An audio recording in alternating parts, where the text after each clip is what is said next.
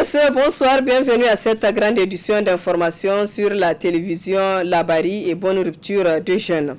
Le tribunal de la commune 3 de Niamey a reconnu la culpabilité de Aksar Moussa, journaliste, dans l'affaire qui l'oppose à un citoyen nigérien dont le nom est cité dans l'affaire de détournement de fonds au ministère de la Défense nationale. Moussa Aksar est condamné à payer 200 000 francs CFA d'amende à l'État du Niger et à verser 1 million de francs de dommages intérêts aux plaignants. Le reportage est de Nafissa Yahaya.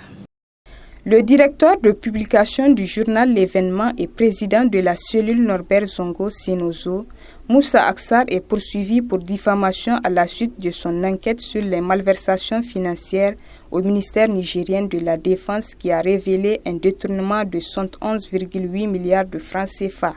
Aksar a comparu le 9 avril 2021 et le délibéré est tombé ce vendredi 7 mai 2021 qui condamne l'accusé de verser 200 000 francs CFA d'amende et 1 million de francs CFA de dommages et intérêts aux plaignants. Ce qu'il faut retenir ce matin, notre grande surprise, parce qu'on croyait que notre client allait être déclaré non coupable.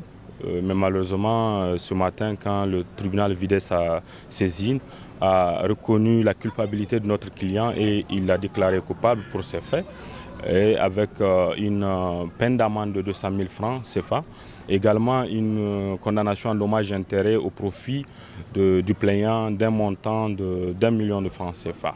Sa défense compte attaquer cette décision. Cette décision,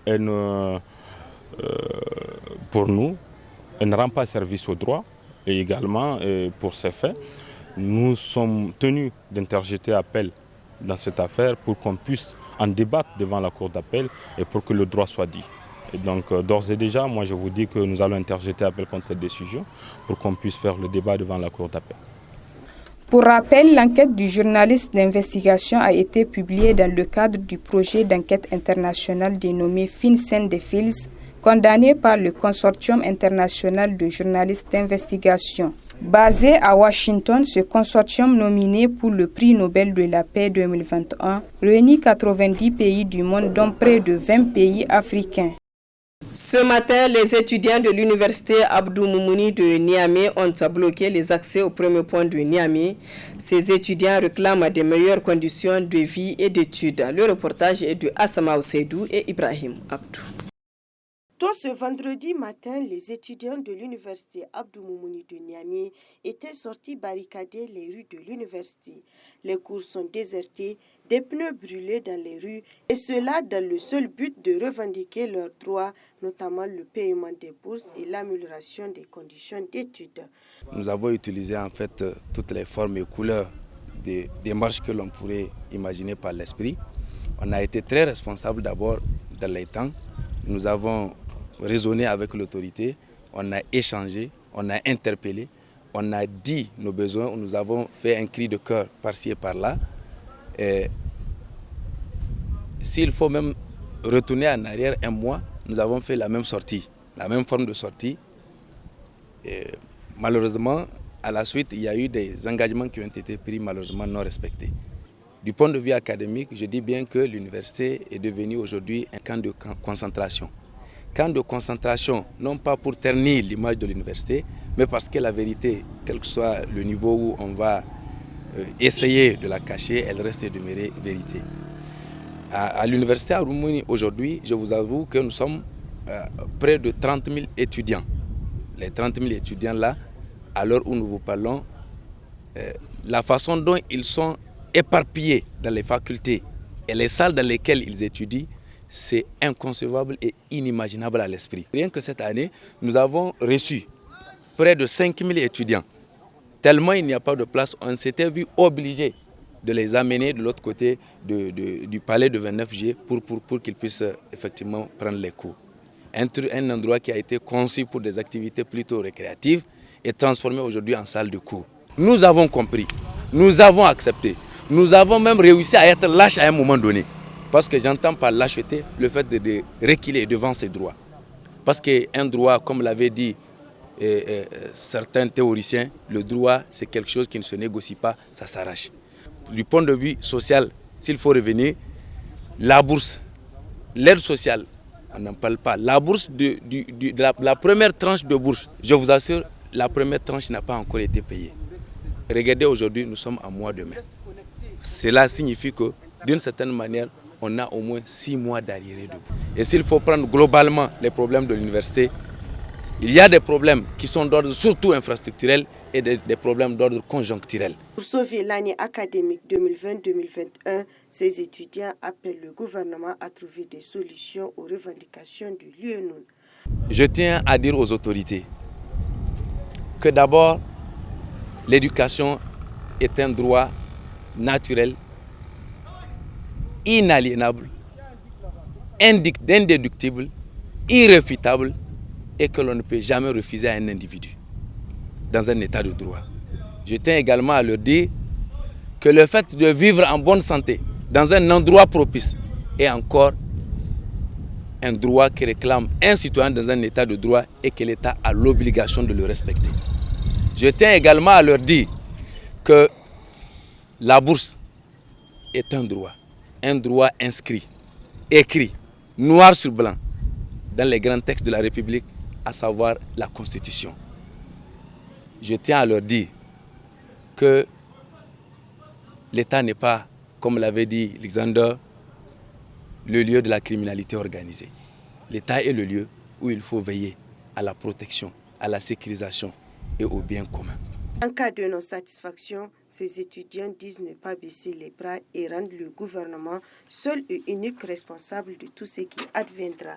Il faut préciser, ce mouvement des étudiants qui a bouleversé le trafic vers la rive droite est le premier depuis l'accession du président Mohamed Bazoum à la magistrature suprême du Niger.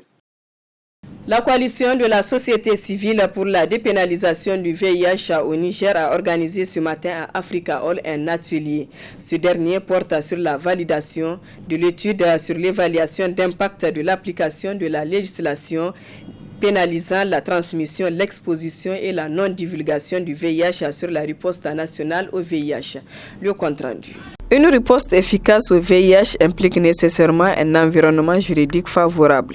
C'est conscient de cela que la coalition de la société civile pour la dépénalisation du VIH au Niger multiplie des actions visant l'abolition des lois pénales, des politiques et des pratiques qui réglementent, contrôlent et punissent les personnes vivant avec le VIH en raison de leur statut sérologique. Cette étude qui fait l'objet de validation à travers cet atelier porte sur l'impact de l'application de la législation pénalisant la transmission, l'exposition et la non-divulgation du VIH sur la riposte nationale au VIH. La présente étude d'impact s'inscrit dans le cadre des actions multiples de plaidoyer menées par notre coalition pour abolir les lois discriminatoires envers les personnes vivant avec le VIH et contribuer à la mise en œuvre de la stratégie de 390 de l'ONU-SIDA. Celle-ci permettra, à l'horizon 2030, que 90% des personnes vivant avec le VIH connaissent leur statut sérologique. 90% de toutes les personnes infectées par le VIH dépistées reçoivent un traitement antirétroviral durable. Et 90% des personnes recevant un traitement antirétroviral ont une charge virale durablement supprimée. Nous sommes conscients que cette stratégie ne peut être réussie sans le respect effectif des droits humains de chaque citoyen. Lorsque le droit à la santé, le droit à l'égalité, le droit à la non-discrimination, le droit à la vie privée, le droit au travail, le droit à la vie familiale, reproductive, et bien d'autres droits ne seront pas respectés. Il sera difficile pour nous d'éliminer le VIH-Sida à l'horizon 2030. L'ONU-SIDA, l'un des partenaires de la coalition, soutient et encourage la dynamique de la coalition dans la recherche de l'amélioration de la vie des personnes vivant avec le VIH. Le document que j'apprécie énormément et je félicite le réseau, mais également le consultant et l'équipe qui a travaillé là-dessus, est une étape très très importante et est une contribution substantielle dans ce domaine. Et ce que je peux recommander, c'est de travailler déjà sur la mise en œuvre des recommandations dans ce document. Et l'UNICIDA restera toujours à vos côtés pour appuyer techniquement, mais aussi dans la mise en œuvre de ces recommandations. Au cours de cette journée, les participants auront à débattre sur le contenu du rapport de l'étude pour enrichir le document afin que la coalition de la société civile pour la dépénalisation du VIH au Niger puisse avoir une base lui permettant de mener ses actions de plaidoyer. Rubrique Ramadan, au cours de ces 10 derniers jours, toujours il est dans la recherche de la bénédiction. Il est recommandé aux jeûneurs d'observer le retrait spirituel ou itkaf. Plus de précisions avec Oustaz Haladou Yahya. La retraite spirituelle, comme son nom l'indique, c'est une rupture avec les préoccupations du bas monde, les transactions matérielles, la rupture avec les activités de la vie quotidienne qu'un fidèle opère pour se retrouver à la mosquée centrale. Donc, loin de sa famille, à cause de Allah subhanahu wa ta'ala, pour se vaquer exclusivement à l'accomplissement des bonnes œuvres, que sont la lecture du Coran, les zikrs, les prières surrogatoires, donner le savoir et recevoir, apprendre avec les autres. C'est de ça qu'il s'agit. Comme nous le voyons, comme nous l'assistons parfois, c'est à quoi on assiste. Ce sont nos préoccupations matérielles, parfois qui nous étouffent, qui nous donnent ou créent des problèmes psychologiques. Mais ici, avec l'aide de Allah subhanahu wa ta'ala, Allah nous a guidés à nous détacher, à prendre congé, à faire une pause de ces choses parfois qui nous tracassent, qui nous nuisent psychologiquement et qui parfois entraînent les gens dans des centres de traitement psychique. Donc c'est une faveur de Dieu et accomplir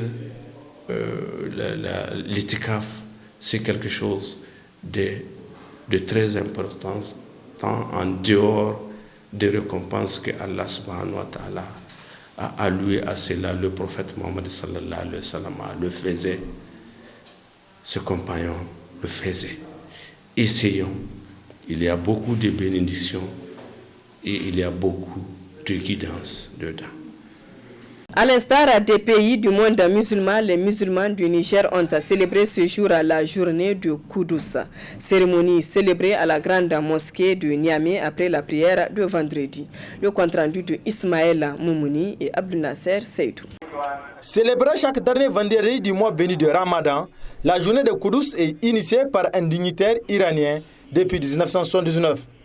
Une journée qui vise à rappeler au monde musulman l'histoire du troisième lieu saint de l'islam, mais surtout rappeler la souffrance dans laquelle végètent les Palestiniens. Imam Khomeini a décrété une journée mondiale pour Al-Quds. Imam a voulu de cette initiation pour rappeler au monde entier que Masjid al-Aqsa, Al-Quds, on ne va pas abandonner. C'est un bien pour les musulmans du monde entier. Et il faut rappeler aux musulmans à chaque année, chaque dernier vendredi du Ramadan, pour qu'ils pensent au Quds et pour qu'ils pensent à la Palestine qui est déjà occupée. Le monde musulman ne va pas accepter à ce que l'Israël continue d'occuper la Palestine. Donc nous, au niveau de l'Universal Moussafa International, on rappelle aux gens chaque fois, soit au Niger ou dans le monde entier, que Quds nous appartient et nous n'allons pas abandonner. Située à Jérusalem, la mosquée de Koudous est très importante pour le monde islamique. Seulement, l'accès à cette mosquée est interdit pour les musulmans par les Israéliens ces derniers temps. La mosquée est menacée, vous savez vous-même, même ces derniers jours, les musulmans ont été empêchés de prier dans la mosquée sainte de Koudous. Et ça, c'est continuel. Et il faut que les musulmans prennent conscience de cette allure de ce qui se passe au niveau de la Palestine. On ne va pas dire que ça concerne le peuple palestinien, mais ça concerne le monde musulman entier. C'est une situation qui préoccupe tous les musulmans du monde entier. La mosquée de Koudous est la troisième mosquée la plus importante pour le monde musulman, après la Kaaba et celle de Médine, communément appelée la mosquée du prophète Mohammed, paix et salut sur lui. Nous vous amenons à présent à la découverte d'un métier, c'est le lavage de bonnets. Un métier difficile mais passionnant pour Abdourahmane, laveur de bonnets. Le reportage est de Nafissa Zakou et Ibrahim Abdou. Nous sommes aux alentours du grand marché de Niamey. Sur un des angles, sous un petit hangar, se trouve le jeune Abdourahmane. Il n'est pas revendeur comme tous ses voisins. Lui, il lave les bonnets. C'est cela son métier, le lavage. Une activité qu'il a héritée de ses parents et qu'il exerce depuis l'âge de 12 ans. Le bonnet symbolise la sagesse. Il faut l'entretenir et en prendre soin. Ana fara wanki deja an tana da ruwa an aje. A sayo omo kuma. Wanga shi ko sitati shi ma akwai shi kuma. Wani dantan za a dan abin gashi fabriken shi na da kyau. Kadan mai in ka wanke hulla kan rataye. Le lavage des bonnets se fait avec de l'eau et du détergent. Après, on intègre la gomme et on laisse sécher pendant 2 voire 4 heures de temps. On lave les petits bonnets à 100 francs et les grands à 200 francs. Et celui qui veut qu'on lui repasse son bonnet paye 500 francs CFA.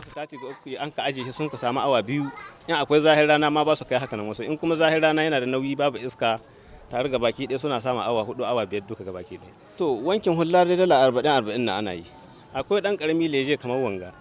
Shi dala 20 wanda ya kawo mun ka gabe da ƙarfi yace 20 na gare dun muna amsa mu amsha abin mu. Wanda ya kawo shi ko wanda adda dan tsawo mai kawwaga shi dala 40. Shi ko mai wagga in yace za a goge mai tayi walƙiya shi ma ana mai repase na aka sai shi biya dala 100. Abdourahmane s'est dit fier de son métier. Il l'exerce avec passion et il arrive à satisfaire ses besoins. Mu da ba mu da mawayon kwarai da ba mu iya aiki kwarai ba an ka kama na ana koya mana ga yadda muka samu muna iya muna tare da masu yi. Su kuma wanda sun ka samu wani abu daga cikin su wanda amma yamma sun ka shiga kasuwa sun ka bar mana shi. Mu ma muna nan muna gai ma muna fatan ubangiji Allah shi kawo mahita cikin wannan al'amari da muka yi. Ko mu bar shi ko mu dafa wani mai yi. J'ai commencé cette activité dès le bas âge avec nos aînés. Et Dieu merci, on arrive à subvenir à nos besoins et ceux de nos familles. Des fois, je gagne 2500, 3000, voire 4000 francs par jour. C'est un travail difficile qui demande une attention. Kasan shi rabo na Allah wani ana samun 500 jika 3 wani bi har jika 4 an ka samu a samu in ta taho da abin da a sa a kabanci akwai waya gare abin da an waya gare shi rago bai wanga aiki tunda swahini ina yi na azumi na naka tunda sai ina yi ne ban huta. Les clients se disent satisfaits des services rendus par Abdourahmane. Mu ya kamata mu sa hulla saboda muna da cija. Je porte le bonnet parce que je me sens à l'aise. Et cela fait 25 ans que j'amène mon bonnet pour lavage auprès de Abdourahmane car il fait bien son travail.